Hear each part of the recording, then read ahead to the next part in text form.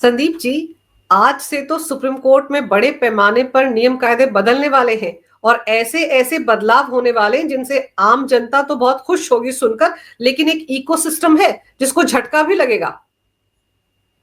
देखिए, आम जनता के लिए अदालतों को काम करना ही चाहिए। और हमने देखा था कि जो पिछले चीफ जस्टिस साहब थे, गवई साहब, उन्होंने इस दिशा में कुछ सोचा तो था, लेकिन जमीनी स्तर पे उसको पूरी तरह से इम्प्लीमेंट नहीं कर पाए थे। तो हमारे जो नए चीफ जस्टिस साहब आए हैं, उन्होंने इस चीज़ को आज से शुरू किया है और एक तय प्रक्रिया में शुरू किया। इसको मैं तय प्रक्रिया इसलिए कह रहा हूँ जहाँ पर विवेकाधिकार या कहें डिस्क्रिशनरी पावर को थोड़ा सा खत्म किया गया है। सिस्टमेटिक तरीके से है कि अगर आपको कोई अर्जेंसी है अपने मामले में, तो उसके लिए अदालत हमेशा खुली हुई है, उसके लिए आप मेंशन कर सकते हैं मामले को। आपको जज के सामने जा करके बोलने की, या ये कहें कि जो एक फेस वैल्यू हुआ करती थी, ये बात को आप भी मानती हैं कि कोई भी अदालत हो, चाहे सुप्रीम कोर्ट हो, हाई कोर्ट हो या लोअर कोर्ट हो, कहीं भी अगर एक सीनियर एडवोकेट खड़ा होता है, और खास करके अगर देश के नामी गिरामी चेहरे जो हम सब जानते हैं कि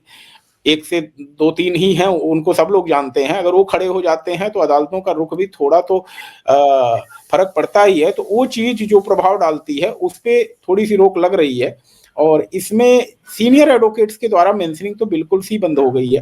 दूसरी बात, ओरल मेंशनिंग बंद कर दी। अब अदालत ने 6 प्रक्रियाएं बना दी कि 1 से लेकर के 6 तक की, कि इसमें से अगर आपका मैटर फॉल करता है तो आप इमरजेंसी मेंशनिंग कर सकते हैं, और कोर्ट उस पर जो है कंसीडर करेगी कि अगर आपका बेल का मैटर है, डेथ पेनाल्टी केस है, ऐसा है कि जहां पे आपका बंदी प्रत्यक्षीकरण किसी का किया जाना आवश्यक है, या किसी का घर गिराया जा रहा है, किसी की ऑफिस तोड़ी जा रही है, या छठवां तरीका है जो बहुत अर्जेंट मैटर है, उसमें कोर्ट दखल देगी। और इसका देखिए, जो सुप्रीम कोर्ट का नोटिफिकेशन है वो बहुत क्लियर कह रहा है कि आप 4:30 बजे के पहले मंडे टू फ्राइडे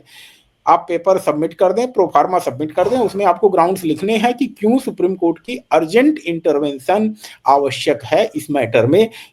इसको आप बताइए। और कोर्ट अगर सेटिस्फाई होगी तो उसको देखेगी। कोर्ट चेहरा नहीं देखेगी लायर का, कोर्ट उस पेपर को देखेगी जिसमें आपने वो शब्द लिखा है। तो चेहरे हैं जो, उनको तो थोड़ी तो निराशा हाथ लगेगी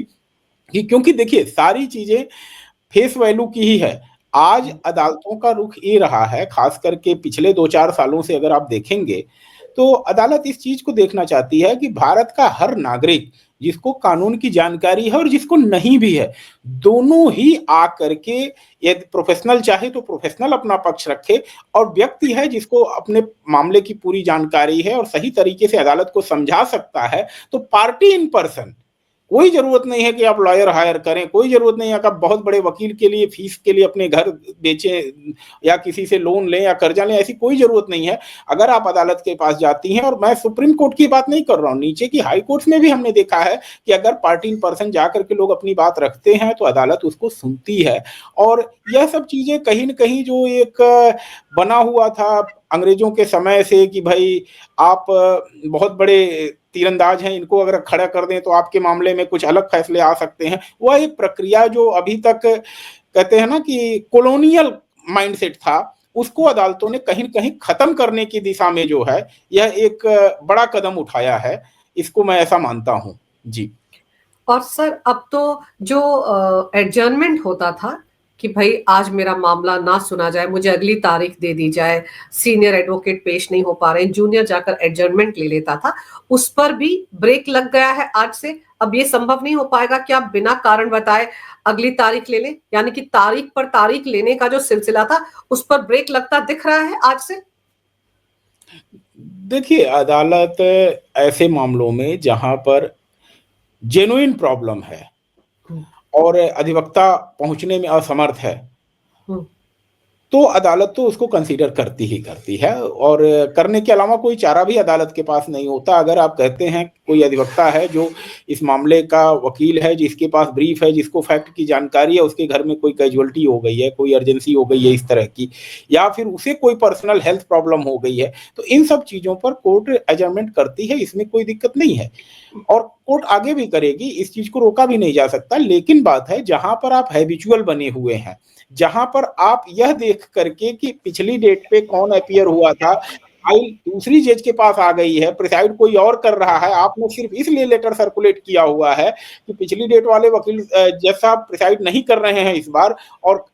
पिछली बार नाराज हुए थे जज साहब। तो ये सब चीजें जब कहीं से बात आ जाती है तो ऐसे में आपको लग जाता है कि आप हैबिचुअली जो है एक तरह से बेंच हंटिंग कर रहे हैं, तो अदालत का रुख दूसरा होता है। फिर सुप्रीम कोर्ट की एक प्रक्रिया आप जानती हैं कि जो मामला दाखिल होता है वो एओआर के थ्रू होता है, एडवोकेट ऑन रिकॉर्ड के थ्रू होता है, और मैटर कोई बड़ा से बड़ा वकील हो रहा हो या कोई छोटा, जैसा भी इस तरह से कहते हैं, खड़ा हो रहा हो, लेकिन एओआर की भूमिका होती है कि एओआर के पास ब्रीफ होता है, पूरी की पूरी फाइल होती है।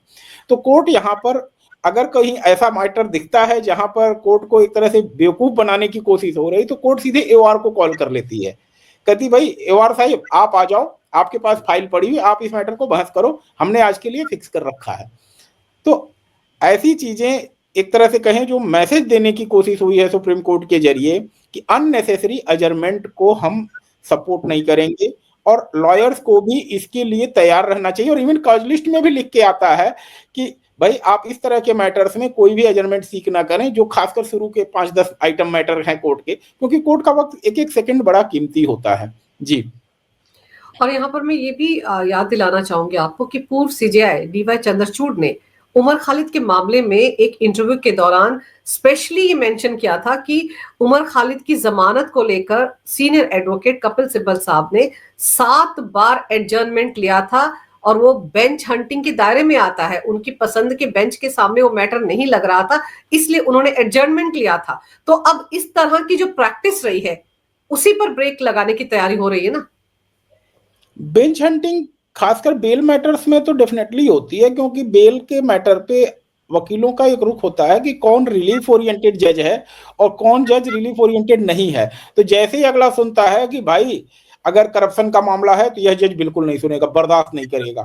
तो दिमाग में आता है यार अपना डिसमिस कराने से बेहतर है किसी तरह तारीख लग जाए। ये तो व्यवहारिक सी बात है। लेकिन अदालत जब इस तरह से डायरेक्शन होती है खास करके चीफ की तरफ से कि भाई नो अननेसेसरी एजरमेंट, तो अगर इस तरह का डायरेक्शन रहता है तो बाकी के जजेज का भी रुख उसी पे चलेगा। और अगर कोई इस तरह का काम करेगा बेंच हंटिंग, जैसा मैंने बताया, क्योंकि बेंच हंटिंग क्या है कि पिछले ऑर्डर में जज साहब खड़े हैं, जो जिस मैटर को सुने हैं वो अगर नहीं है, या आप उनके ऑर्डर से किसी तरह से प्रभावी होने जा रहे हैं निगेटिव तौर पे, नकारात्मक तौर पे, तब आप जाकर अदालत को गुमराह करने की कोशिश कर रहे हैं, कोर्ट के सामने आ ही नहीं रहे हैं। तो इन सब बातों को अदालत आने वाले समय में निश्चित ही क्योर करेगी, ऐसा मेरा मानना है, और ये चीज व्यवहारिक रूप में दिखेगी भी हम लोगों को जो है।